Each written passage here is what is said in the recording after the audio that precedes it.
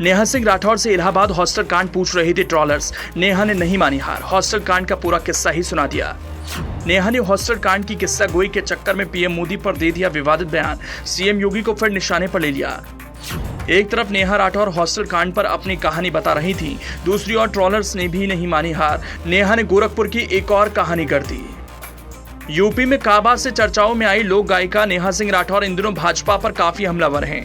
वो चुन चुनकर बीजेपी और बीजेपी में शामिल भोजपुरी गायकों पर निशाने साध रही हैं। इस बीच नेहा सिंह राठौर को लगातार इलाहाबाद हॉस्टल कांड को लेकर ट्रोल किया जा रहा है।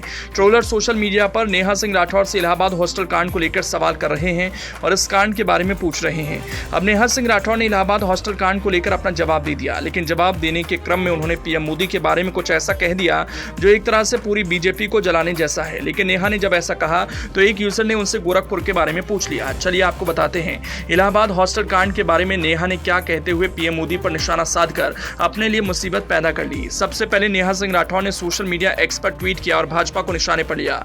उन्होंने लिखा, हॉस्टल कांड की सच्चाई जान लीजिए। मोदी जी के तथाकथित परिवार के पास मेरे सवालों का कोई जवाब नहीं तो जाहिर है गालियां ही देंगे। जैसे परिवार वैसे संस्कार। पहले मेरे नाम के साथ पॉर्न स्टार का नाम ट्रेंड करवाया, अब एक मनगढ़ंत और काल्पनिक हॉस्टल कांड की अफवाह उड़ा रहे हैं। लड़कियों के चरित्र पर सवाल उठाकर उनका मोबाइल तोड़ने का तरीका सदियों पुराना है, पर मेरा मनोबल तोड़ना इनके बस की बात नहीं। राष्ट्रीय महिला आयोग और स्मृति ईरानी के लिए कंगना रनौत देश की इकलौती बेटी है तो इनके मुंह में दही जमा हुआ है। खैर, ये रहा हॉस्टल कांड, पूरा पढ़िए। इसके बाद नेहा ने सोशल मीडिया एक्स पर हॉस्टल कांड को लेकर पूरी कहानी सुनाई और इस बहाने से भी भाजपा पर खूब तंज कसे। उन्होंने हॉस्टल कांड बताते हुए बताया, अब जब सभी को मेरे हॉस्टल कांड की भनक लग चुकी है तो आप भी इस पूरे मामले को जान लीजिए। दोस्तों, ग्रेजुएशन तक की पढ़ाई घर से पूरी करने के बाद मैं अपने पोस्ट ग्रेजुएशन के लिए हॉस्टल जाने ही वाली थी कि उसी दौरान तिवारी जी का बबुनी के लागलबा शहर के हवा उइरी पढ़ावा गाना मशहूर हो गया। मेरे माता जी डर गईं और पैसों की कमी का बहाना बनाकर मुझे हॉस्टल नहीं जाने दिया। गुस्से में मैंने इस महिला शिक्षा विरोधी गीत के गायक के पोस्टर पर भरी दोपहरी कालिक पोत दी।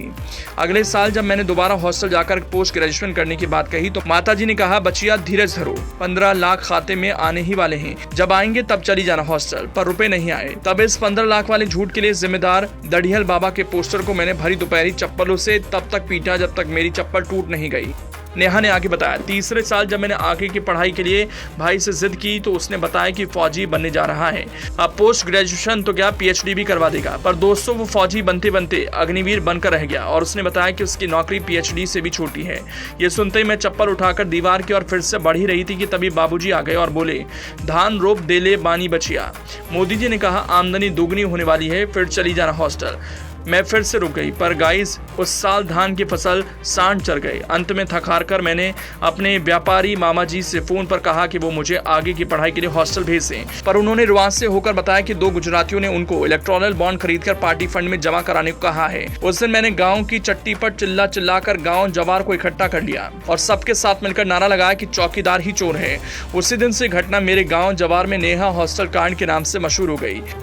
अब जबकि नेहा राठौर ने इतना सुनाया तो उधर से बीजेपी समर्थकों की ओर से जवाब आया, नेहा जी, आग लगने पर ही धुआं निकलता है, बाकी जो बीत गया वो आपका कल था।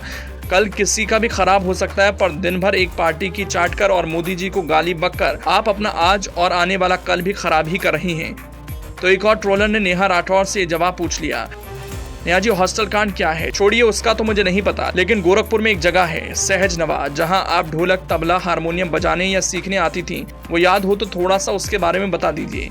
आपको बता दें कि नेहा सिंह राठौर ने विधानसभा चुनाव 2022 से पहले यूपी में काबा गाया था। इसके बाद से वो अचानक सुर्खियों में आ गई थी। इसके बाद नेहा ने भाजपा सरकार को निशाने पर लेते हुए यूपी में काबा 2 भी गाया। वो अक्सर भाजपा को घेरती रहती हैं। नेहा सिंह राठौर के काबा पर खुद सीएम योगी ने विधानसभा में जवाब दिया था। उन्होंने कहा था, यूपी में सिर्फ बाबा।